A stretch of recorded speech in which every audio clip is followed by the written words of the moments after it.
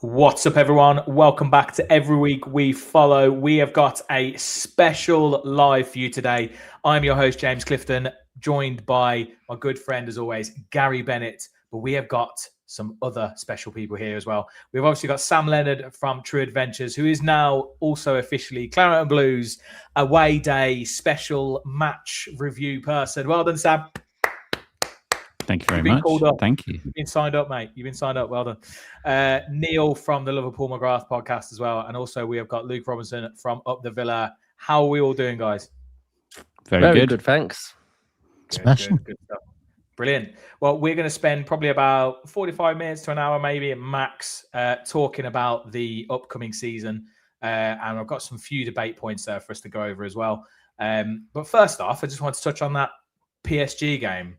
How's everyone feeling after that game? Me and Gary obviously did a preview a post-match this morning, and I'm not going to lie, I was incredibly proud, incredibly impressed with the players, with the team, and I just wanted to get your thoughts. Sam, what did you think of the game? Well, beforehand, I was absolutely bricking it. I thought, like, oh no, this is going to derail our pre-season, and it's going to. I was already seeing people were getting on Emery's back. People were getting on the players that hadn't returned. They were, I thought, oh no, this is going to kind of skew everyone's perspective on the season. Oh, Ben's joined us. Hi, Ben. Hi, mate. How are you? Right? Yeah, from the delivery suite. Something on those lines.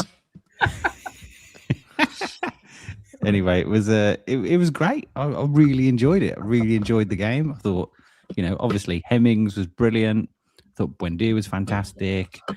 And then obviously, Maggio, we're delighted. I was listening to Guardian Football Weekly today, and they were talking about Maggio from an England perspective. They were like, Harry Kane, he might be on his way out, but look at this Maggio guy. And I was like, wow, the Maggio hype is global. Yeah, I think we did. We touched on it recently, a bit tongue in cheek, me and Gary. Like I was saying, I was like, well, legitimately, like, who is there? English strikers, really? But obviously, he's only 17. We don't want to get ahead of ourselves, and we're not saying he's replacing Harry Kane. But in the next four years, if we can keep hold of him, if the usual cartel don't come in and start swooping and trying to grab him, if he has a couple of great seasons, then. No reason why not. I don't see why not. It'd be absolutely brilliant. Ben, welcome. You may have to shoot off, I guess, at any point, because we don't know potentially what could be happening. But what did you think of the game yesterday? Did you manage to watch it? Yeah, I watched it, mate. I was really impressed. It could be disappointing losing a final, but personally, the way that I'm taking away from it is just the positives. Seeing the youth players that played in the game. Obviously, I've just heard you touching on Maggio, but I thought George Hemmings was sublime. I thought he was absolutely brilliant, and it's actually given me a lot of encouragement and faith going into the new season. Like, especially the fact that we were missing some of our key players. We haven't even seen Manzambi touch grass yet. We know what we're going to get from Ollie Watkins, Ezri Konsa if he's still at the football club, and then Martinez. But Manzambi to go into there as well. I'm actually really excited. I genuinely think we'll finish 5th, 6th, even 4th again. Why not? Brilliant. Well, that actually brings me on to my first question. So the first debate point, which I'll probably go to you first, Luke, is where do Villa finish this season? Well, I think to put a number on it, I feel I need to see the window close. I need to see what the actual squad looks like.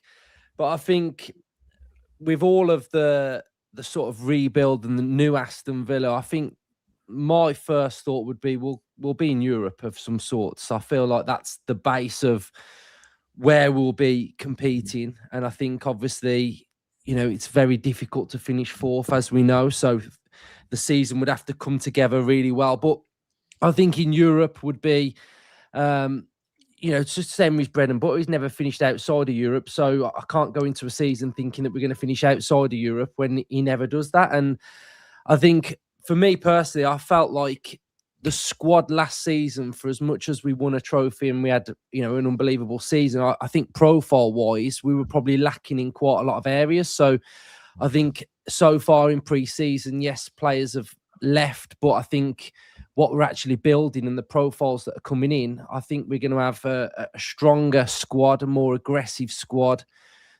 that's going to be very difficult to play through in central midfield, which Emery bases his majority of his teams upon that midfield. So I think it's just really exciting. And I would just say, yeah, Europe as a base and see how it goes from there. Yeah, I mean, I suppose Europe can technically go all the way down to 8th, kind of depending on how all the coefficients go and all that kind of stuff. I can see in the comments, I'm just looking here, some people saying can see top 4, top 6 seems to be the kind of main number people are putting on it. Neil, I'll come to you here, mate. What are your thoughts of the season? Because, I mean, obviously, we've also got the fact that there's a lot of unknown. So, like me and Gary talked about, it's really exciting because there's a new kind of look, Villa. And like Luke was saying, the centre of our midfield looks like it's going to be very difficult to break through now. But we have lost some really influential players, especially going forward. We've got Manzambi in. We don't know how he's going to turn out. We've got Garnacho in. He's kind of a bit of a lottery. Again, we don't know how he's going to turn out. Alisson's looked kind of lively. Maggio, how many minutes will he really get? So what are your thoughts in terms of, because obviously we've got the Champions League alongside it. It's not like last season where we had the Europa League, which is obviously a fantastic tournament and we won it, but it's not the Champions League. It's not the same intensity. Yeah, look, I suppose I've been realistically since the Yuri Tielemans news, I've kind of adopted the 3-word philosophy of curiosity, interest, and excitement. That's my view on this off season so far. You know, I think in footballing world as a whole, we can get too bogged down in certainty. It's like a race to be certain about something as early as possible. You see that in the transfer market when you see big names squabbling over, I was first to come out with this rumor. No, I was first to come out with this rumor. And that's just embarrassing. Like that's just symptomatic of it, I suppose, really. And I think as well, you know, within the social media world, that's one of the things where I've decided in 2026 is to take a back step about pinning my colours to the mast too early about things. Because, but saying that, I do think with regards to this season, I'm like Luke. I do think we'll finish in Europe in some way, shape, or form. The tapestry of Aston Villa Football Club for 2026-27 is not finished yet, but it's taking shape. It's looking nice. Like last night, the biggest thing about last night was the only real thing Villa could get out of last night that was of meaningful was of long meaningfulness to Aston Villa in this season. Was good PR. And they still got that without winning the trophy last night. They have the whole world talking about a 17-year-old Hulk. They have the whole world talking about George Hemmings.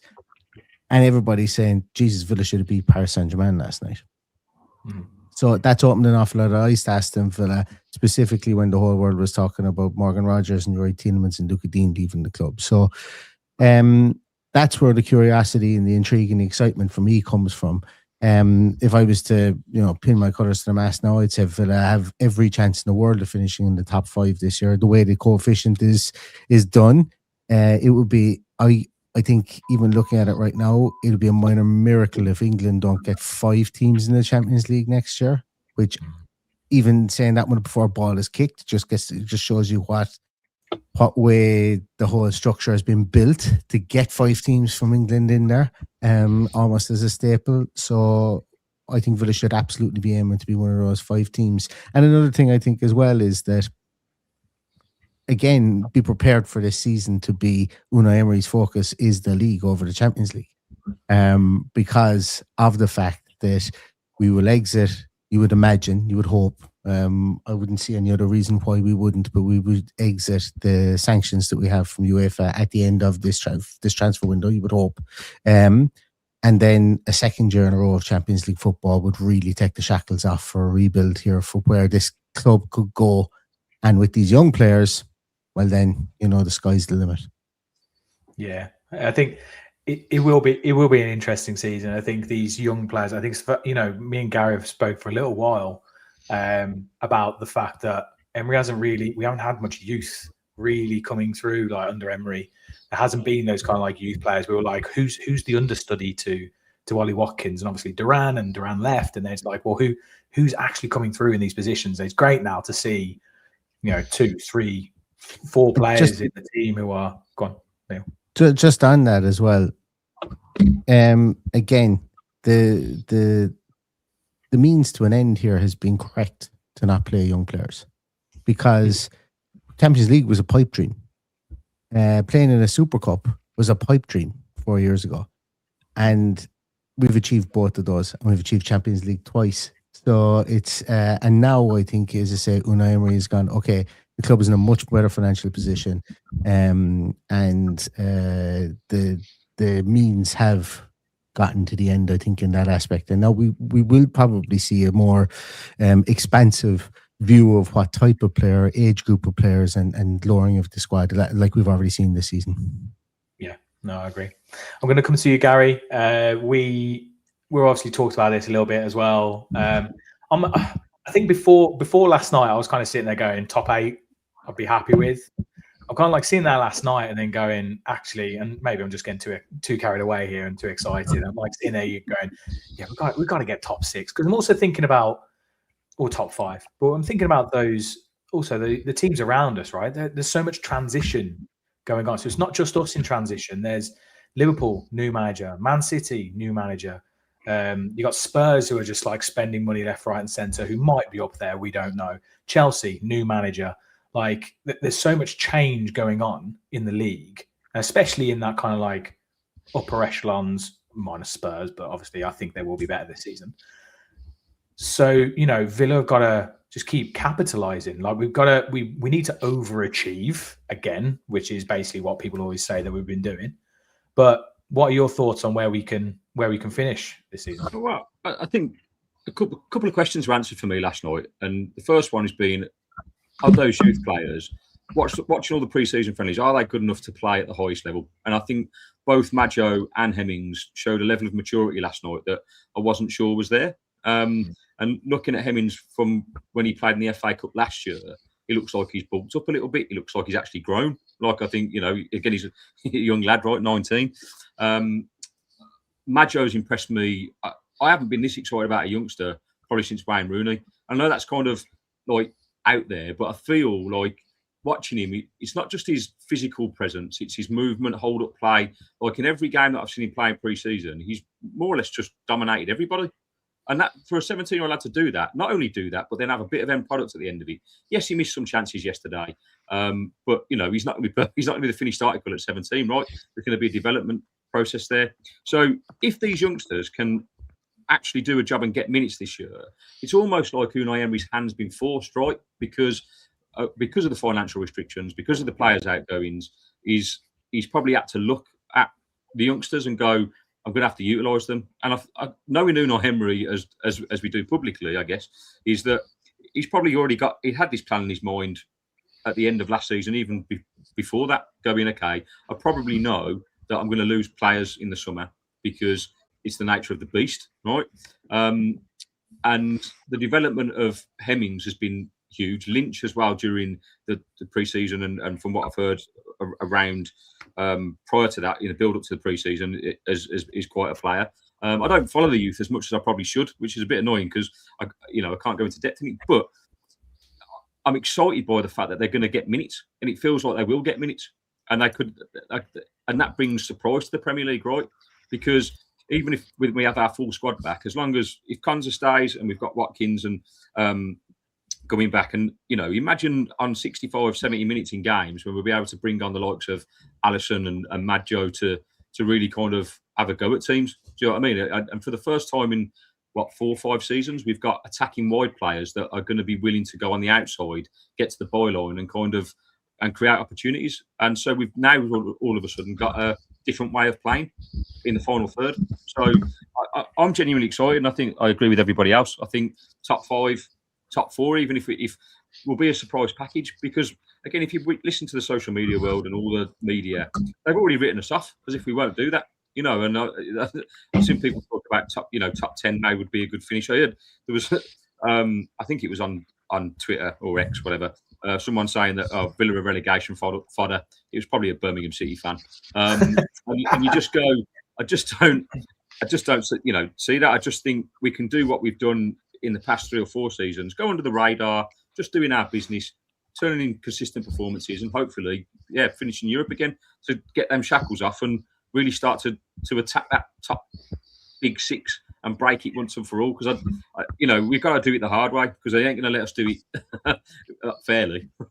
Yeah, I mean, obviously, last season, 5 games in, I think we're all wondering, are we relegation fodder? I really didn't know what was going on there. It was pretty bizarre. But I think majority of people were keeping the faith. They were like, look, if anyone could turn this around, it was Unai Emery.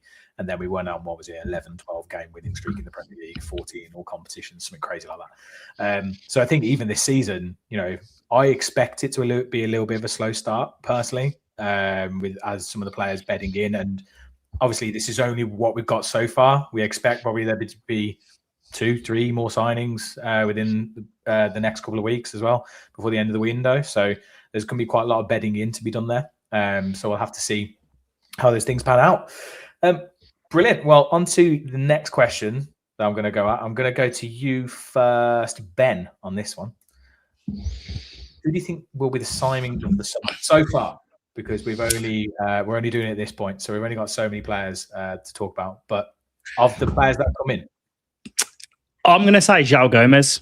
I've been really impressed with him. Do you know what the thing with João Gomes for me? When you see him at Wolves in a particularly poor side that was struggling, everyone saw his defensive qualities that he had. But I didn't realise how good of a footballer he actually was. His ability to drive the ball forward, carries it so well. I'm hopeful we'll see a lot more of his attacking qualities that we obviously haven't seen in previous performances for Wolverhampton Wanderers. But I've been so impressed with him so far in pre-season. He's so tenacious. He's first to every second ball. But yeah, I think he'd be my choice 100%. I mean, to be fair to him, he was, even at Wolves, he was like standout player really their season, I think. I think he was, whenever I kind of saw him, I was like, there's a good player there. I don't think he deserves to be at that club. I don't want to completely disservice them, but with where they were in the league, I think he was definitely above that station, and he's kind of like potentially proven that, or he will prove that this season. But yeah, I've liked what I've seen of him. He seems to be everywhere, doesn't he? He's just got such an engine on him, and I think it's great to have that kind of player as well, because I remember last season talking about when we lost John McGinn, and I'm not saying he's John McGinn, but when you lost him, you just lost that engine, that energy, everything on the pitch. And to have a player of that kind of grit and that kind of determination who's going to give you that energy on the pitch, regardless of whether John's there, I think that's a brilliant quality to have that we haven't really had in the rest of the team. Yeah, very much so. I think look, from what I read from a lot of reviews of him, that he just lacked in terms of his progressive play and line splitting passes. But I've not seen that personally. And obviously with the sale of Rodgers, we've lost one of our ball carriers. Tielemans is obviously the man that we used to progress the ball through the lines, but he's certainly a player that can carry the ball. I'm really intrigued as to what it's going to look like the minute we get him, Kamara, and then Manzambi ahead of them, because that's probably what it's going to look like. Manzambi dropping in and helping progress the ball. Yeah, I'm looking forward to seeing that dynamic and what the new Villa midfield looks like. Yeah, that'll be an interesting one. Coming over to you, Sam, just thinking about what Ben's just said there. Actually, obviously, we're saying Manzambi's in front of him. Does Buendia potentially lose his place there? And then also, what are your thoughts in terms of best player to come in from this summer? Well, I think the so far bit is going to be a big part of it, because I think Villa. I think there's at least 4 more. I think there's 4 more signings to come from Villa. I don't know. Neil and Luke, I think, would probably have more knowledge than me, but I'm looking at 4 more signings. Definitely someone on the right. I think they'll be looking at now that Gesson's gone. Obviously, Leon Bailey is still at the club. I don't know what's been going on there. Gary's having kittens. But I'm more interested in the approach and Unai Emery's approach. And when was the last time we had wing? When it was Diaby and Bailey kind of doing their thing, pacey wingers. So I have a feeling, I don't have the knowledge to back it up, but I have a feeling that Emery is going to try and find a new solution for attacking, because you can't replace Rodgers with Manzambi because they're not the same player. They might be similar players. You can't replace Tielemans. It's a very difficult player to replace. Yeah. So I'm interested in Villa possibly maybe trying to play on the counter attack as well, or at least having some kind of threat on the counter attack. I think I would probably pass it on to Neil and Luke, because I think they would have much better knowledge. But I have a feeling that pacey wingers are going to be a big part of the way that we play this season. And I think Emery's going to be looking for another one on the right. And I think we could be looking a bit more at maybe a bit more of a 23-24 Aston Villa. We'll see. I'm going to pass it on to Neil and Luke, because I'm interested to see what they think about it. Yeah, I mean, I don't think we've necessarily seen Emery's hand with the system yet of what he actually wants it to look like. I think the profile of Ruggieri, I think is different. I think that excites me a little bit, because I think he's like a centre-back-ish vibe. Does he stay at home a little bit? Means that Pau can play a little bit more central as a 3. Width from Garnacho on the left. I think possibly we can see that. To me personally, that would mean that you don't really need a wide right winger, because you'll ask your right-hand side player to come inside. Could be McGinn playing more central. Cash offers the width on the right. So we could possibly do that. I probably would say we need a more of like a number 10 attacking midfielder, like shadow striker, Diaby, someone similar of that profile. That's something that I think we'd probably been better off in signing, because I still think Emery's going to want those 2 number 10s to probably be quite narrow.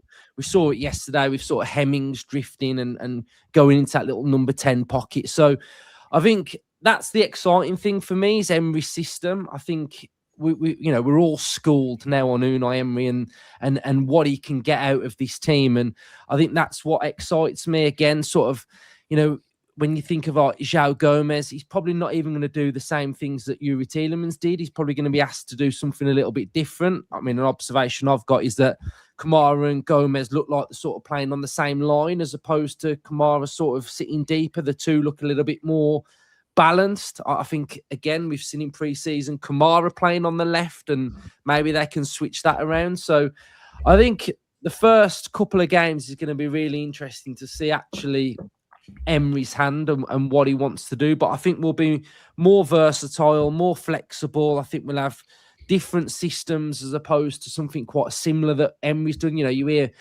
Arne Slot, which used to annoy me when he used to go, Emery just plays the same system, etc. So I think the fact that we've got younger players, fresh approach, new Aston Villa is going to mean that we are quite different. So I think that's going to be something to keep an eye on.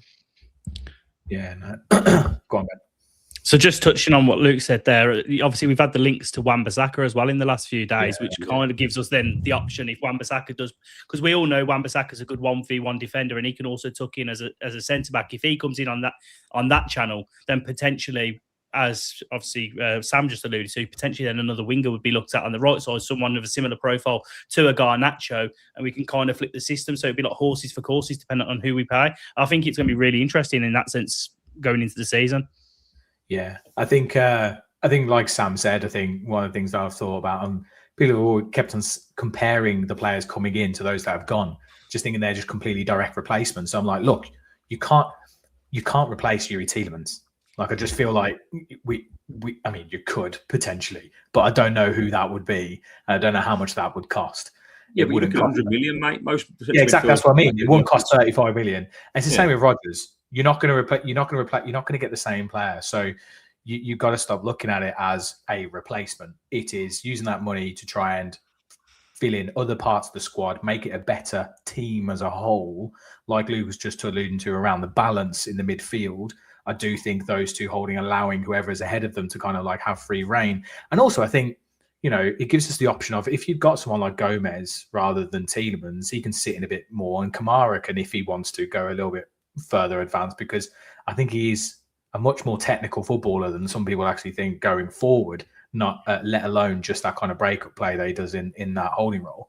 I'm going to go over to you, Neil, because we haven't heard your view on it. So obviously there's been some kind of rumours about players coming in as well. Obviously, looks like is Ruggieri happened, by the way, or is it still going through? I would imagine we get something from Ruggieri tomorrow. Apparently, he's in England at the moment, and he's medically pending. So I'd imagine we might get a 10 o'clock breaking news segment like we have for some other signings so far this year, but I'd say it's going to be tomorrow's job. Yeah. And then obviously there's been, when we're talking about, Luke's talking about potentially that player playing off of the centre, kind of like that shadow striker role. Is that, I've seen some people say that potentially David can play that, and then we have obviously been linked with him relatively recently. Yeah, I look, the Jonathan David one is interesting. I often poke fun at it as well, because like 4 years ago, I was saying Villa should sign Jonathan David because he's the most like for like Ollie Watkins replacement that you'll get. And then we've been linked with him probably, I'd say, every off season since. So it's for me, I kind of don't want Villa to sign him, because if it turns out to be shite, then I've got a 4-year-old receipt going back there to like, oh, what does this fella know? But I worked with Boubacar Kamara. I said we should sign him, and then we did, and then all of a sudden, bang! Look what he turned out to be.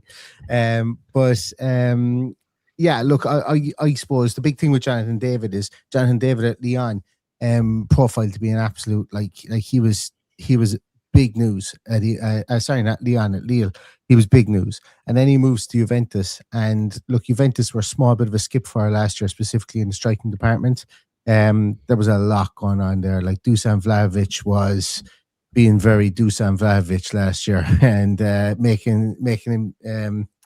making waves, I suppose, with Juventus, and he's now gone off to Besiktas. And Juventus they brought in, they bring Lois Openda. I think they brought him in as well, and they've shipped him out too. So they wanted to clear house at the striking department, because that last year didn't go to plan for them. So I'm not putting too much stock in what David did at Juventus as to what he can be, because the body, like I suppose the body of evidence that we have of him in European football is with Lille. Can he play as the 10? I think he can play in the 10 position. I see my big thing with the Unai Emery system and playing in the 10 is, it's like you don't really play there. You kind of play everywhere in mid. Like you kind of play everywhere in midfield. You go back as far as the middle third. You can pop up on the right. You've got license to pop up on the left. But you have to be a hard worker. And that's why I probably don't think he does play in there in the Unai Emery system. But I do think it's somebody that we need someone else to come in and to join the club. Because if you do have an Emery Buendia, who hats off to Emery Buendia, he was absolutely outstanding last night. The work rate he got through last night, I think he must have been on the Lance Armstrong diet or something like that over the off season, because that man could have ran up the French Alps and back down the other side again, and he would have still had plenty of energy left. But he's probably going to play there. Manzambi's probably going to play there. And then when you look at the left side of midfield, you only have Garnacho then in that instance. So I wonder is there really anything in the Jonathan David thing? And would Villa be more open to getting somebody who's a small bit more multiple to play in those positions? So I definitely think there will be another addition in that area. I think we'll come to an agreement with Palhinha. I think we'll probably bring in 2 fullbacks and kind of, to go back to what Sam was saying there, I think 4 minimum, potentially 5 if things go right for us. Because we have, and I think as well, another thing that might be holding down things is 72 hours ago, Bailey and Gassand were on the way out of the club, and now it's only Gassand, and the Bailey deal has collapsed. So you're kind of going, what's happening there? I also think that will get done. I think there will be an outgoing of Leon Bailey in some way, shape or form as well this year. But I think it's time we all have a whip round. Every fan, we'd have a whip round and try to get rid of him. Or just try to get rid of him. If I strain any harder, I'll shit myself. If strain any harder, it'll be you that has the baby. Yeah. It's but I do think this, we have to remember with Leon Bailey as well.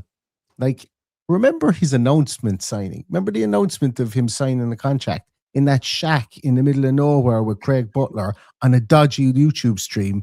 Does anyone forget we lived through that? Yeah. Leon Bailey, his stepfather wanted to announce him in this man cave in wherever they were on a dodgy YouTube stream. That doesn't get enough folklore for what it should get, I think. And what was it, Luke? That same man is now. Yeah, I mean, I interviewed his dad, and his dad told me he was going to win a Ballon d'Or at Villa. So yeah. Yeah. You know, Mate, you've got to believe in your kids. It's important. yeah, I was going to say Absolutely. you got to have psychological, like they got to have the mentality, but that's like delusion. Yeah, Isn't but it? at which point do you go, maybe, son, football's not for you? You know, there has to be that kind of dialogue, right? Well, the question is, Gary, Evan Gassand or Leon Bailey? No, that's so no, I don't want either of them. Like, mate, both of them. I feel slightly sorry for Bailey because he's just dropped off a cliff, and I think he's been pulled with, I don't know, Amazon Prime deals rather than focusing on playing football, which is, you know, that 23-24 Bailey was exciting, and he's just not hit those heights since. Gasson was bizarre. I'm convinced he's been using AI to get a contract because he just doesn't look like he's ever played football. Bizarre signing, and that just hasn't worked out. And, you know, it's my only question over Unai Emery that, you know, the transfer winners that we've had haven't been brilliant. You know, they're not all worked out completely. So this is a big, important one. Like you say, if we are going to get 4 or 5 new signings, then hopefully they're going to be the bridging gap that's going to get us that European place, because just I'm so desperate for it, because I just think the shackles come off and we can actually start competing properly. And yeah, but both of those for me, 2 of the biggest flops in Villa history, in my opinion. Yeah, I suppose, like you said there, it's interesting because we talk about bringing in players and stuff. But to be fair, on the face of it, at the moment, what we've brought in so far this summer is looking like pretty good business. I think the riskiest one that most people aren't sure on is Garnacho. Obviously, we haven't seen Manzambi, but what's interesting, James? Sorry to interrupt. The thing that stood out for me last night, and I think the reason why Gesson and Bailey won't also fit into Emery's system now is because I think we're going to be a work rate team more than anything. Yesterday, we outran PSG. Like I think we covered 101.9 kilometres and they did 98, which isn't a massive difference. We were fitter though. We are fit. Yeah, but what I'm saying is like I've just got an inkling and a feeling that you know, players that don't pull the weight are not going to be utilised. I think it's got to be everybody. Everybody's got to be putting in 110% and a shifting. And I think this squad needs to be utilised, which is why I think the youngsters will get a real look in. Like Hemmings yesterday, again, he showed us level of maturity way behind his years, and it was impressive. It really was. Like the way he dominated PSG, like they were hacking him down in the end, like kind of just trying to like contain him. And you know, you look at Alisson, he comes on, first thing he does, direct, beats 2 players to the byline. You know, it's just stuff we've not seen with Gesson or Bailey. They're walking around the pitch. We can't afford to be carrying players like that anymore. Like if we are really serious about finishing in the top 4, top 5, we need a squad that's going to turn up and have a go at teams and work their nuts off, both offensively and defensively. So yeah, exciting times. Yeah, no, it is. On to the third question where I've got here, which is kind of related, I suppose, but it's not just new signings. I'm going to go to you on this one, Gaz. You did just say about like George Hemmings, but who is your one to watch this season? Oh mate, it's got to be Maggio. I'm so obsessed with this guy. I need to erase some pictures off my phone because I've got just hundreds of him on there, and he's still a minor. So if my phone gets checked, I'm going to be in trouble. And there's been no going back to teaching for me, that's for sure. Just calling the police. Yeah. He's impressed me, like I said at the start of the show, like so much, and I just think he's the work rate in itself. Like in every game that he's played in pre-season, he's been an absolute beast.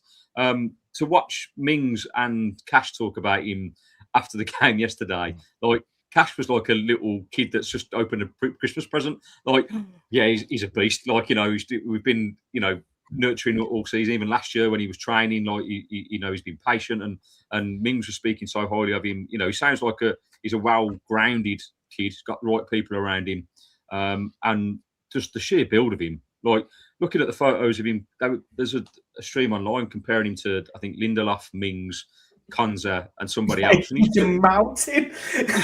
Like, I'm just like, who is this kid? What's he been eating? What are they feeding him? He's not 17. Like, if he turned up to a football match as a 17-year-old, you'd be like, right, I need to see some sort of passport. I want to meet your pet. Like, this is not real.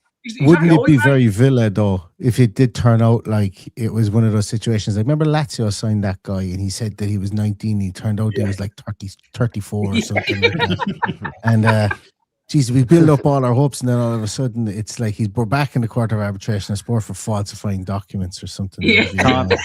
Kanu was meant to be one, wasn't he? Years ago. Yeah. Nwankwo Kanu. That's why Maggio's got 39 on his shirt, because that's his real age. Would have made the transfer a lot easier if that was the case, though, mate. I'm just excited, and like I say, I hope he gets minutes because I think Ben, you've alluded to this in some of your content recently. Like, I don't think the Premier League's ready for him. Like, I just don't think they're going to know how to handle him. And PSG got that first hand last night. You could see they were worried. Half time, they're making changes and bringing Dembele over because they didn't know what to do with him.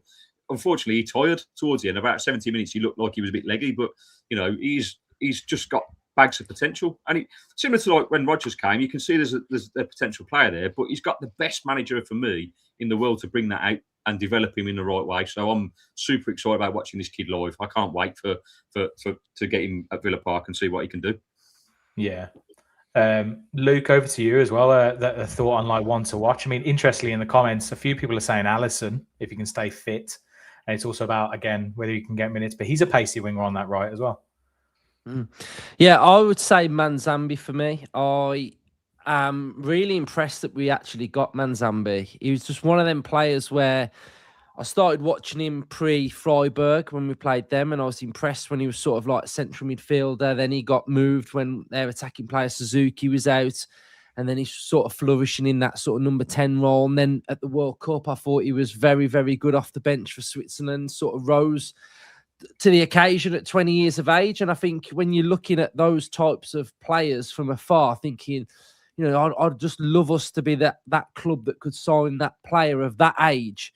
When already, he's producing, he's stepping up, he's sort of rising to the occasion with quality. So, yeah, I'm just really excited to see how he can fit into the team.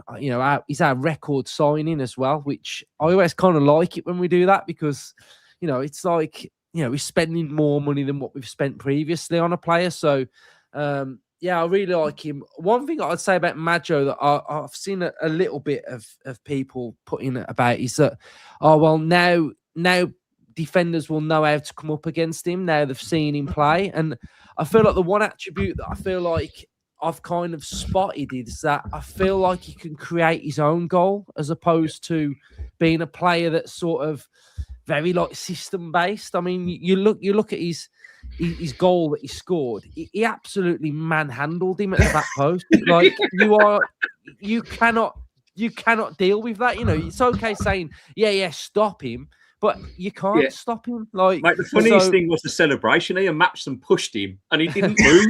It's like, boom, Jesus. Matson and Maggio are like Danny DeVito and Arnold Schwarzenegger from that film Twins, aren't they? The two of them going around with each other. I mean, you say the same about like Haaland, right? Like you know what he's going to do, and but you can't stop him. That doesn't mean you can stop him. He'll just plow through you. Yeah, it's power, it's movement. There's a bit before his goal where he sort of made this little run forward, and I really liked that as well because he's constantly putting the centre backs under pressure. Do I go with him or do I stay?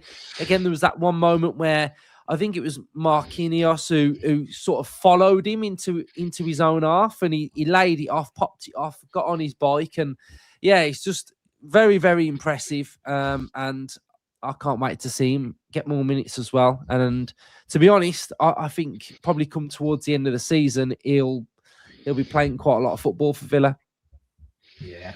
I think it'll be an interesting because we're talking about like strikers and players that are coming in, but also I remember was it last season or season before, and they were talking about the transfer window, and they were talking about how Villa actually look at the summer and January as like one window, like a season window, like a strategy around that. So I was saying to Gary before, it might be a case that obviously there's all the stuff with Nicholas Jackson, right? And there's all the complications about trying to get him in now.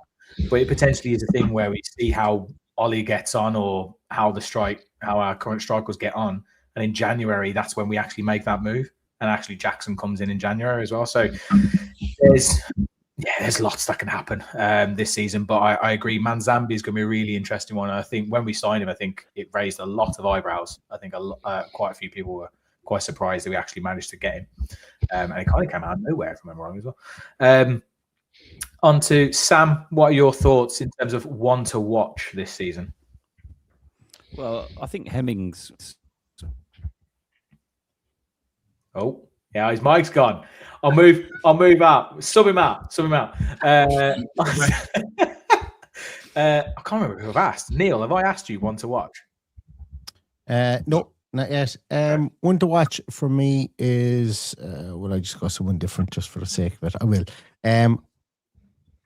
I think if he sticks around, I think Hello. Sorry, my mic died. died. Minutes. Am I back? Right. You can wait. You're back. You can wait your turn now, Yes, man. I'm going to leave. Wait and your come turn. back. Go on, Neil. It was back and now it's going to I'm going to talk. I'm going to say that just because he hasn't featured in the last 3 games, somebody like Mo Cisse, if he gets I know he's not going to get a ton of minutes, but he played the first 4 games of preseason, first 4 or 5 games maybe of preseason, I think it was, and didn't really look out of place. We signed him for 5 million from Linz. He's already he's a league winners medal. From last year from Austria, so he's somebody that could come into the mix at some stage. See, the problem there is I say this now, and then we probably get Jacob Tanz will reach out tomorrow and just say, yeah, Mo Cisse is on his way to Middlesbrough for the season, and so he's the risky one, but he's somebody that I think that's kind of gone under the radar now because of just where the last 2 preseason games have gone against Bayern Munich and PSG. He hasn't been utilized, but it's the freshness there because he is that's an old room we have. That centre half department is an old room. 2 33-year-olds in Lindelof and Mings, a 28-year-old I think in Pau Torres, and a 30-year-old in Ezri Konsa. And then you've got 21-year-old Mo Cisse then backing those guys up as well. So it's I wonder if he'll be kept around. And if he is, I'd like to see him get some minutes in cup games because I think it would be beneficial for him. But that's the kiss of death. He's on his way to Middlesbrough for a season-long loan. It'll be guaranteed. Well, there's obviously the rumours flying around Konsa, right? And I think some people believe that he might be on his way. So we'll obviously have to see how that goes as well. So there could be space. I don't think he would. I think we'd probably look to fill that with someone else. But definitely, could be more minutes for him. Sam, you're back with us, mate. Do you want to give us your one? Can you hear me? Want to watch? Yes, we can hear you, mate. Don't worry. My one to watch was going to be versatility and a wider base.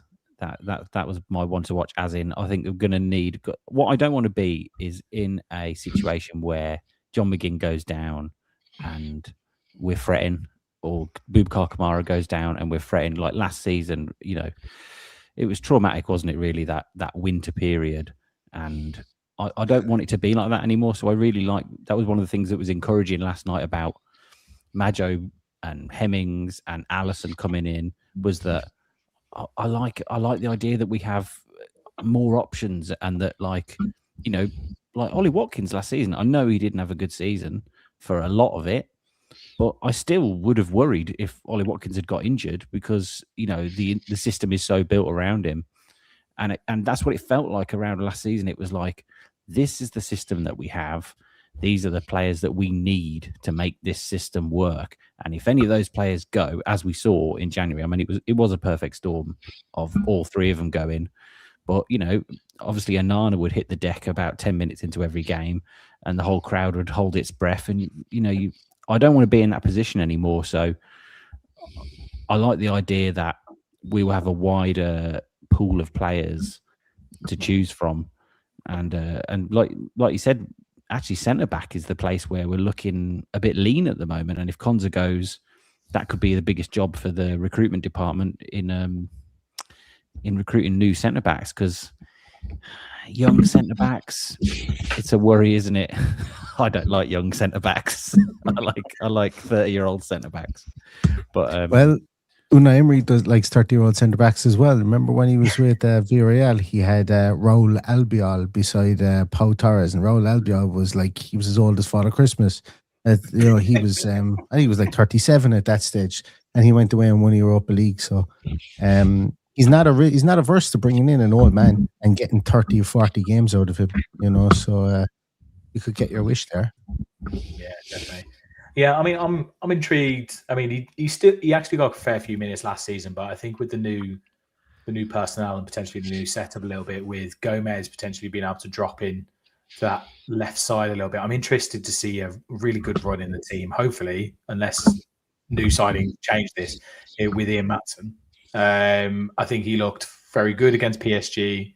I think he's looked good generally in more attacking phases of play, but I think he has improved as a defender as well. So I'm quite excited to see him get some more consistent time in the team. But we've seen before with that left back position, he likes to rotate it, whether that's just to do with the personnel that he had or whether that's just something he likes to do. I'm not really sure. Cool. On to question number 4. It's not a quiz. It's not. That's a very different time of the season. Right. Which team will be the surprise package this season? So this isn't just Villa. I've gone a little bit off here. It's not Villa related. It's simply Premier League. Who do you think is going to be the surprise package? I mean, it could be Villa, but I'm going to go to Gary for this one. Might come to me first. Really brilliant. Like you say, you said it at the start, mate. It's going to be competitive again, isn't it? Because I've so many teams in transition. I'd like to. This is between Brighton and Bournemouth, because both teams have been in there and thereabouts. Obviously, Bournemouth are now in a complete transition as well. So I'm going to go Brighton. They've kept their manager. I know they've got rid of a few players, but I think they've been there and thereabouts. And I just love the club, if I'm honest, in terms of the people. It's one of the best away days that I've ever been to. I just think they've tried to do things right, similar to us. They brought in young players and developed them and moved them on, and they've competed well in a league that's difficult to compete in. So hopefully they can do what we've been doing and try and break into the cartel, mate. So I'm going Brighton. Surprise package. Interesting. Luke, what are you thinking? I think I'm going to go Leeds. Few Leeds in the chat. I feel like there's a couple of new teams that have got Europe, isn't there? And again, I feel like if we get that narrative, then so can they. Can they manage Europe and the Premier League? So the answer's no, because that's what people generally think we couldn't do. So I also feel like I don't feel like all of the big 6 that have got new managers, I don't feel like all of those are going to be an outright success. So I don't think they're all going to get like top 4 and they'll all be back in the big 6. So I feel like a team like Leeds, who, have got stability with their manager, and I think they were okay last year. I think they have recruited a few good players as well. I think they'll probably catch a few teams cold early on. I just feel like Leeds are going to be. I'm not saying like top 5. I think maybe like 8th, 9th, but I think that's a bit of a surprise to some. Yeah, I agree. Especially, I mean, if they can get 8th, if that does end up being like Europe as well. But you're right. Like, I mean, this is the difficult, because like I can't actually remember who ended up getting the last spaces in Europe last season, because there was like Brighton, Bournemouth. Sunderland. Sunderland, yeah. God, yeah, I forgot about that. It'll be interesting to see how those teams handle that as well, because playing in Europe as well as the Premier League is no joke. There's a few things in the chat. We've got Coventry, which will be an interesting. I'm actually quite looking forward to the Coventry game. We've got a couple of friends who are Coventry fans, and I think that'll be a derby. Yeah, it'd be nice. Yeah, I'm quite looking for the Ricoh Arena, massive stadium that's had no one in it for so long. On to Sam. Who are you thinking? I think Leeds is a good shout. I think Daniel Farke is a really good manager. My only concern with Leeds is they were so keen to sack him last season. And I feel like regimes that never quite goes away, does it? When they want someone to go. Well, did they come in while he was still there? Was that a new regime that came in while he was still the manager? I don't know. But he's a very good manager. I live in Norwich, and he's still worshipped in Norwich as a manager because of what he did with them and the football that he played. And he did such a good job last season turning it around. You know, they were in a bit of a mess, and he was about to get sacked. And then he made that switch. And in fact, it was the game against Villa, the Villa's away game at Ellen Road. And Leeds were brilliant. And Villa did so well to kind of cope with that. And Ellen Road, when it gets going, is such a powerful stadium. You know, I think it's one of the best in the Premier League in terms of atmosphere. So I think Leeds is a really good shout, actually.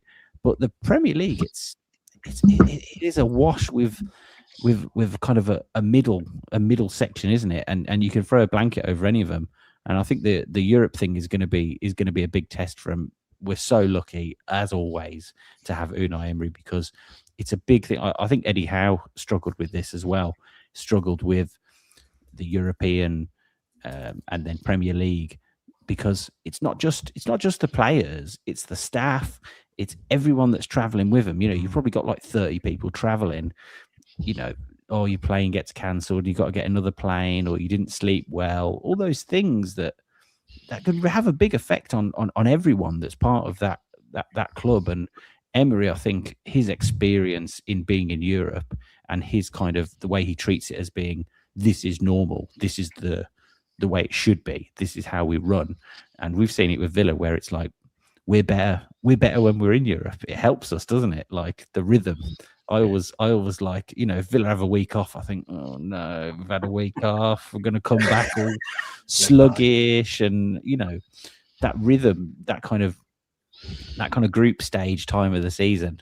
You know, that was where we went on that big run, and I think with Emery, that has been a really, really good time of the season for Villa. So yeah, it's going to be very interesting to see how teams like Sunderland cope with it, and Man United. You know, obviously Michael Carrick is the greatest manager of all time, and, you know, manager of the season in many people's eyes last year. Even though he didn't have any cup competitions, he had played 40 games all season, Man United. No cup competitions, a massively expensive squad. And so, you know, we'll see how he copes with Champions League football. You know, so it could be. In the ultimate respect to Kevin Keegan, mate, I'd love to see them get relegated. I'd love to see Man United get relegated in my life. That'd be amazing. Yeah. I mean, I'm not ready for the Man United comedy era to end. Really, it's been the best TV series going, hasn't it? Yeah, you're right about that, like middle of the table, because I think, was it like 10 points between like 6th and 14th last season? It's crazy. Yeah, so tight in the middle of the league. I'll go over to Neil. I don't think I've asked you team prize package. Leeds would have been was on my tongue as well. I'm waiting for Forest to do something.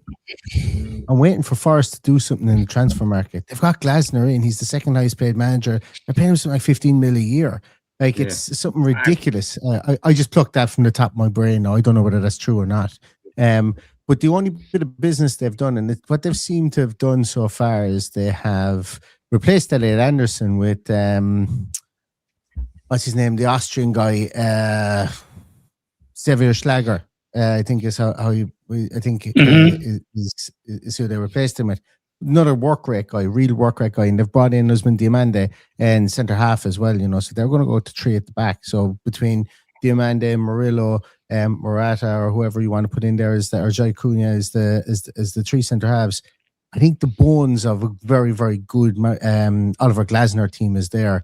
He has his a type figure, and Morgan Gibbs-White up there. He has his Chris Wood, who's his Jean-Philippe Mateta, or he has his Igor Jesus, who's his Jean-Philippe Mateta type striker up there as well. So I think if they are smart, and if they can get some more freshness into that midfield, maybe get a small bit more creativity up top, and maybe bring in another. They seem to have over the years have just accumulated right and left backs that they don't like playing. and I don't know what they want to do with those there, but maybe if one of those can catch if they can catch lightning in a bottle there and have options there in those fullback or those wing back positions, I think they could be a sneaky push to get back up to where they were 2 years ago, and not to come back to the pack. But they'd be interesting, I think, if they do business, because as we know, Glasner is a good manager, and they have a pile of money to spend after Elliot Anderson was sold. So don't they have a bit of a reputation for buying like 10 players in the last week and just throwing them at the manager? And my other thing would be, he's a bit spiky, Glasner, isn't he? He doesn't mind.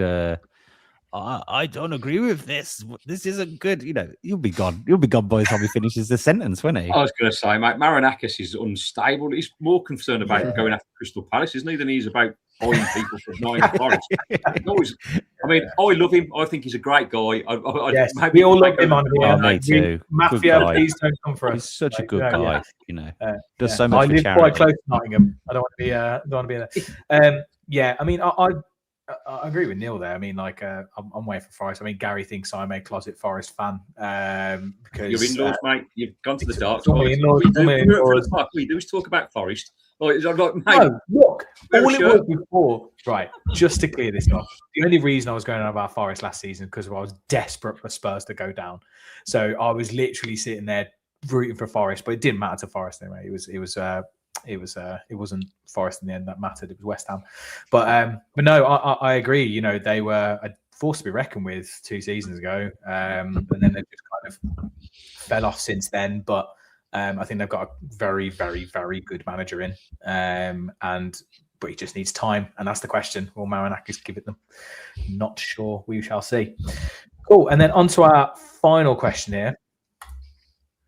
How far do Villa go in the Champions League? I'm going to send this one over to Luke.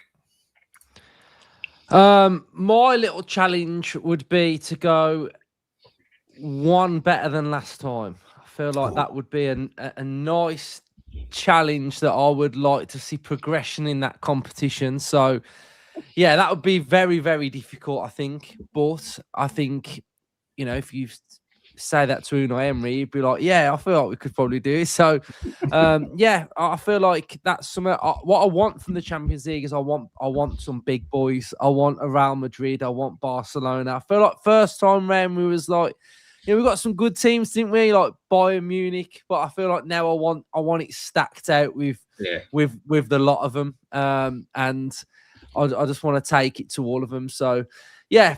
Semi-final. I feel like we could do it. I feel like we've got know-how now. I think I'd actually say that if we got PSG, I'd fancy myself against them. I feel like we're there. We've got something on them. I think we're just very difficult for them to play against, and I feel like I would have belief that we could beat PSG over 2 legs. So that's might be Villa delusion, but I think we could do it. So yeah. Semi-final for me, I feel like would be really, really good. But obviously, to start with, we've got to get out the group bit and playoff game or whatever. But yeah, semis for me would be amazing. It's all right, mate. We're allowed to dream. It's fine. It's absolutely fine. You've got it, mate. I mean, PSG. I 100% agree. By the way, I was saying to Gary on our post-match this morning, and I was saying genuinely, I think if we got PSG. If we drew PSG in the Champions League, I would actually be quite confident. I don't know why. I'm just kind of sitting there going, I feel like we're. And I think Ali McCoy said on the commentary, he said of all the English teams that have played PSG over the last few seasons, Villa have caused them the most problems by a mile. We've just got something, like you said, we've got something over them. We've just got this kind of. We've got McGinn. Yes. Got McGinn. We've got genuinely McGinn. They can't handle him. Oh, cannot handle him. Like, no, you're right. Couldn't handle him. Yeah, and I think that's the difference. That unpredictable energy that he brings. But I think the difference between the 2 teams at the moment, and which will be probably the story of our Champions League journey, is can we be clinical in the moments that it matters? That's all it is. Because I think we create chances. Right, but it's big moments in games where we've just let ourselves down. Like the Cachera yesterday, if he steps up, it's offside, and maybe we win the game. It's those little keys, taking those chances that Brian Maggio header.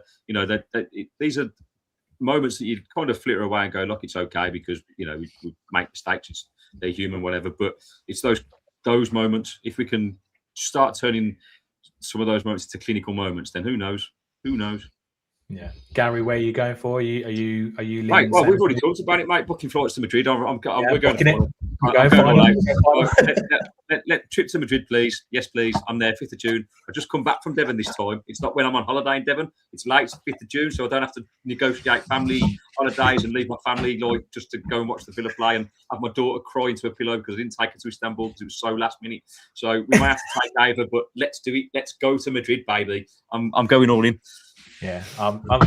If I'm win it or not, I don't know, but I'll take the final.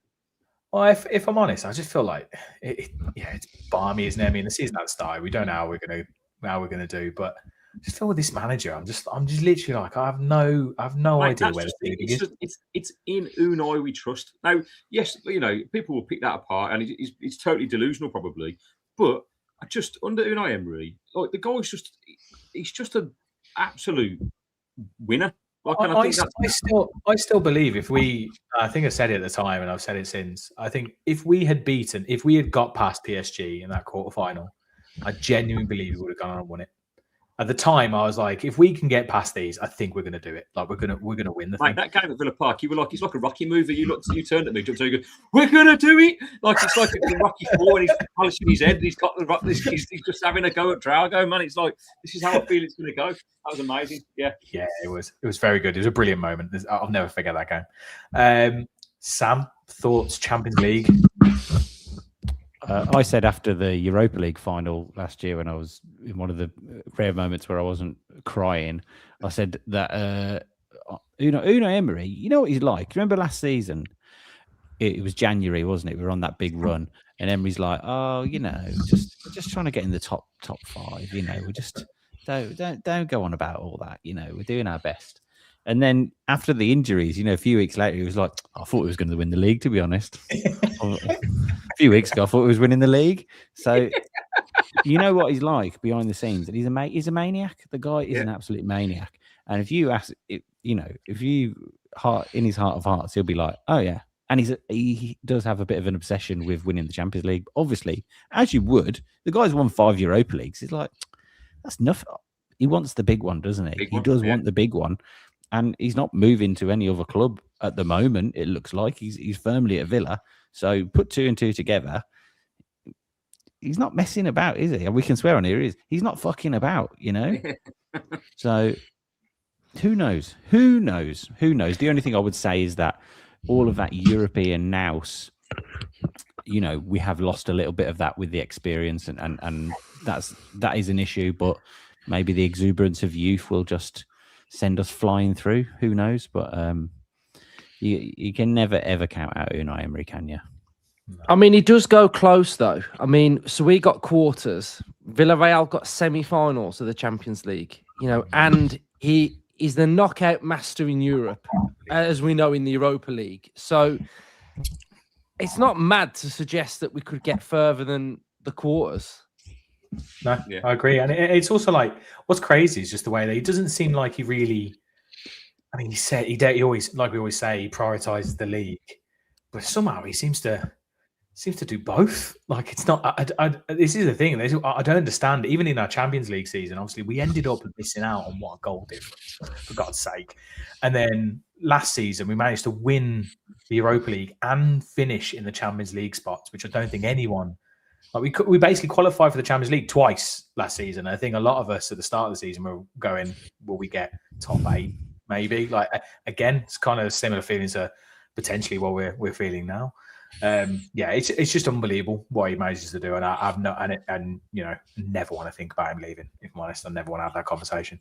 Ben, what are you feeling? Champions League, where are we getting to? I think if we get to the quarterfinals, that's still successful, isn't it, for the club? I think the most important thing for me is finishing back in Champions League qualification in the league. So anything more than the quarterfinals, I'll be happy with. Yeah, I agree. I think. I think I mean, we would have. I think we would have started to do this rebuild or this refresh last season if we'd made the Champions League. I think that's kind of probably widely expected because I think it's what Emery wants to do. Like I think he hasn't been able to really put his stamp on the team properly. I think on a side note, obviously with Brian Maggio coming into the side, they're all fucked anyway, so we'll probably go and win it. Just lump him up top and just let it. Honestly, I'm so excited. I feel like it's just this kind of thing, isn't it, where you just want to see this player play, and then is it just gonna be this thing where we're gonna be sitting there at Villa Park? We're all gonna be chanting Brian Maggio's like chants, whatever chant you want to choose, because there's so many that are going around about him. I like boom boom boom. By the way, I'm on board with boom boom boom. Let me hear something about Joe. That's I like that. That's fine. I like that. But you not think that some of our chants are just a bit? Done. I don't know. I'm surprised. Like, Brian Maggio didn't come out yesterday. Do you know what I mean? Yeah. Don't put that out there. No, I know, but can't we have a bit? Mate, it's why. I can't make them, but I just feel like I don't know. We've got to have something going on. We need better. We need better. It's why you still ain't got a chance. The Manzambi one's already been made anyway, so obviously we're just going to sing that. So, but I feel like we do need to like spread our wings a little bit. I think. Yeah, I kind of want Garnacho to play because I feel like Rich on Villa Park Podcast has started the Nacho man. I want to be a Garnacho man. I think that's no, that's a great chant. Maggio man. It's made for it. The second we signed Brian Maggio, I was there. This is what we should sing: is Maggio man. I have heard that, but I like the Nacho one. I like the Nacho. It writes itself. Yeah. Either way, note to Villa. For all those watching, come on, people. We need to do better on the terraces. We do because it's been 40 years I've been going to Villa, and I'm getting a bit bored. Yeah, and he's the Maggio man, Randy Savage. You know, he's a big hulking wrestler type striker. You know, like, we're also singing freaking John Carew and Gabby Agbonlahor chants and stuff. It's like it's ridiculous. Right, Neil, where we finishing in Champions League? Aston Villa Football Club in Champions League. Do you know what? I actually looked this up to see. I think we get quarterfinals. I think. Look again. The Champions League is it's a massive money pot. Realistically, that's what Villa are looking at it as, and that's what Unai Emery will be looking at it as well. Obviously, with the caveat of we're in it, we might as well go in and win the bloody thing. But I think that because of like winning the Europa League last year is huge. It's huge for a lot of things. It's huge for our coefficient, Aston Villa's coefficient. Villa stand to make. I think what I tried to make it out as was I think it's somewhere between 12 and 18% more than what they made on their last trip because of the pillar value, which is huge. That's anywhere between I think 12 and 16 million euros extra just for getting to the same quarterfinal stage as they did the last time because of the way the money is doled out. And I actually think that's one of the reasons why they said, okay, Champions League. Let's close the North Stand. That's 16 million. We'll probably cover the home revenue and more if we get to the quarterfinals. So I think that's one of the reasons. So a lot of people are like, what are you doing closing the stadium and closing a quarter of the stadium and when you're going to the Champions League? Well, the money from the tournament itself could take that. So I think quarterfinals at a minimum. And I think that most English clubs, any English club that gets into the Champions League, should be targeting the quarterfinals minimum because of the strength of our league, because of the strength of the players that we have, and the way that the tournament is fashioned at the moment. You can. I'm not going to say you can ease your way into it, but depending on the draw you get, you can ease your way into a tournament like the Champions League, whereas you probably wouldn't be able to do that before. And I'm not saying we should do that, but I'm saying that you look at Paris Saint-Germain did it a bit last year. They didn't need to start playing until February, and a lot of the bigger teams do that. So while we probably aren't in a position to do that at the moment, getting to quarterfinal, I think, would be a great achievement for Aston Villa as well.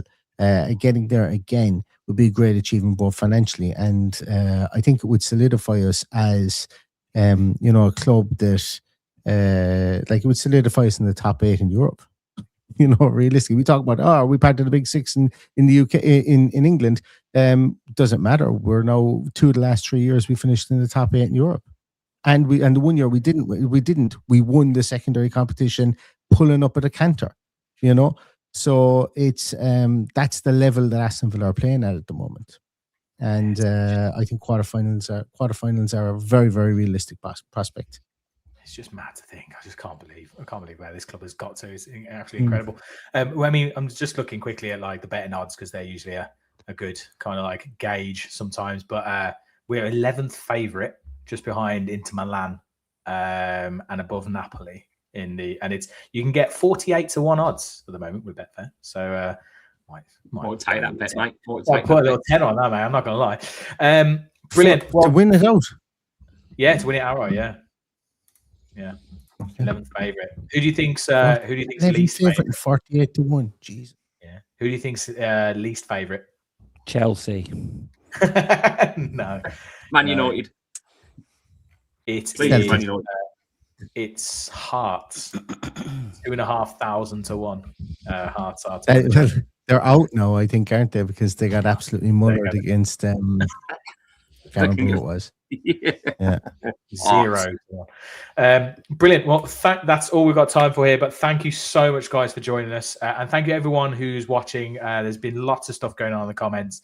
It's been a really successful show. So thank you so much again for all your time, guys. It's been brilliant to catch up with you all. And I'm sure we will have you on again as guests. We do like getting guests on this channel. So as always, please do stay tuned. If you are new here, please do hit the subscribe button, hit that like button as well. Let us know down in the comments if you're watching this on pre-record to all the questions that I asked as well. Let us know your opinions on those. Gary, we always end this show with you giving us our final thoughts and singing us out. So go for it, mate. Final thoughts. Again, thanks for everyone coming on. Honestly, go and follow all these guys. I'm sure you already do anyway. These are the creme de la creme. And yeah, I am just super excited to get going. I can't wait for the Brighton game. I think everything we've talked about just gives us that buzz. Being back at Villa Park yesterday just gave me that little butterfly in my belly. And I thought, I cannot wait to get that for that Arsenal game, opening game of the season. Albeit at 8 o'clock on a Monday evening. Stupid Premier League. But under the lights, it's gonna be great. Yeah, under the lights with half a stand. But 37,000 people. I'm excited to see if we can generate an atmosphere like we did in the Championship.